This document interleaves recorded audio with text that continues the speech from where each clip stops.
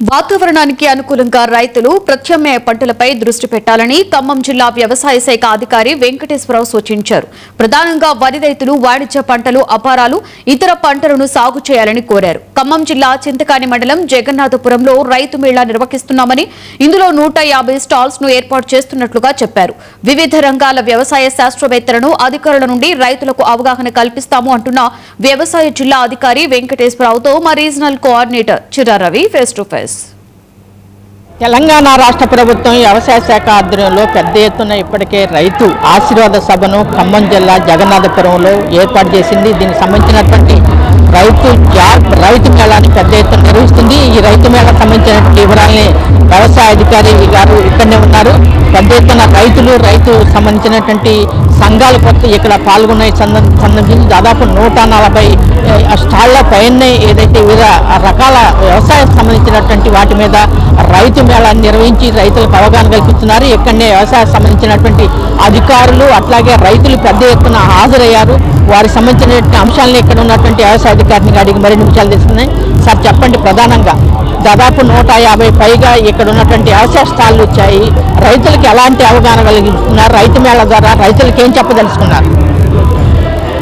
తెలంగాణ రాష్ట్ర ప్రభుత్వం రైతు ఆశీర్వాద మన రైతు భరోసా కార్యక్రమాన్ని ఇక్కడ రైతు ఆశీర్వాద సభగా ఇక్కడ చింతకాని మండలం జగన్నాథపురం గ్రామం దగ్గర మతికేపల్లి రెవెన్యూలో ఆర్గనైజ్ చేయడం జరిగింది. సో వ్యవసాయ శాఖ నుంచి మేము ఈరోజు మన సాంకేతిక సలహాలు కానీ స్టాల్స్ విజిట్ కోసం కానీ జిల్లా మొత్తం మీద 100 బస్సుల్లో 5,000 మంది రైతుల్ని తరలించడం జరిగింది.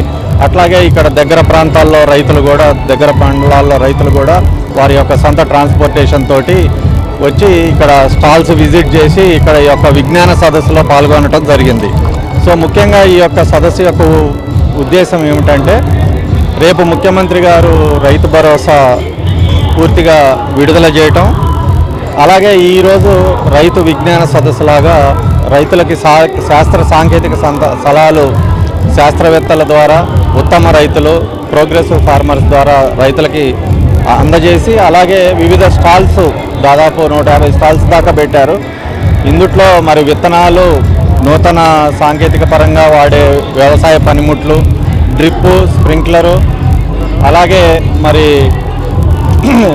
మన ఉద్యానవన శాఖకి సంబంధించిన ఆయిల్ పామ్కి సంబంధించినవి కానీ ఇతర సబ్సిడీలు, డిపార్ట్మెంట్ పరంగా సబ్సిడీలు, ఇవన్నీ కూడా రైతులకి తెలియపరచడం కోసం ఈ స్టాల్స్ ఏర్పాటు చేయడం జరిగింది.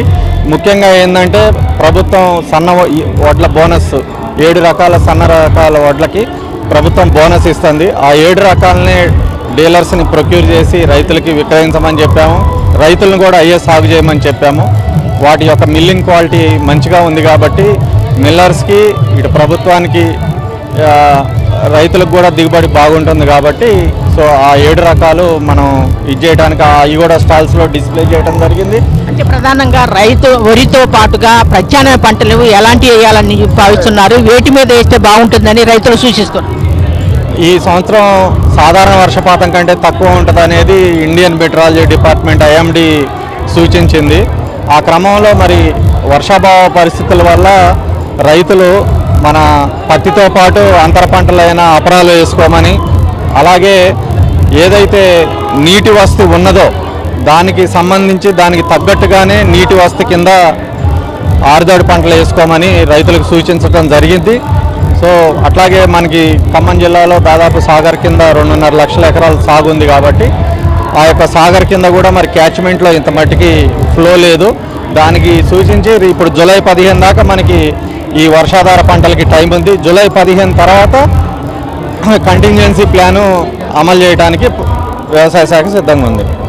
ఏదైతే రైతులకి ప్రత్యామ్నాయ పంటల కోసం ఏదైతే వర్షాధార సంబంధించినటువంటి పంటలు, ఆరుతడి పంటలు వేసుకోండి, వ్యవసాయానికి సంబంధించినటువంటి వానలు సరిగా కురవటం లేదు కాబట్టి రైతులు అన్ని రకాలుగా రాష్ట్ర ప్రభుత్వం రైతులకు సహకరిస్తుంది కాబట్టి ప్రత్యామ్నాయ పంటల మీద కూడా దృష్టి పెట్టాలని చెప్పేసి వ్యవసాయ శాఖ అధికారులు చెప్తున్నారు.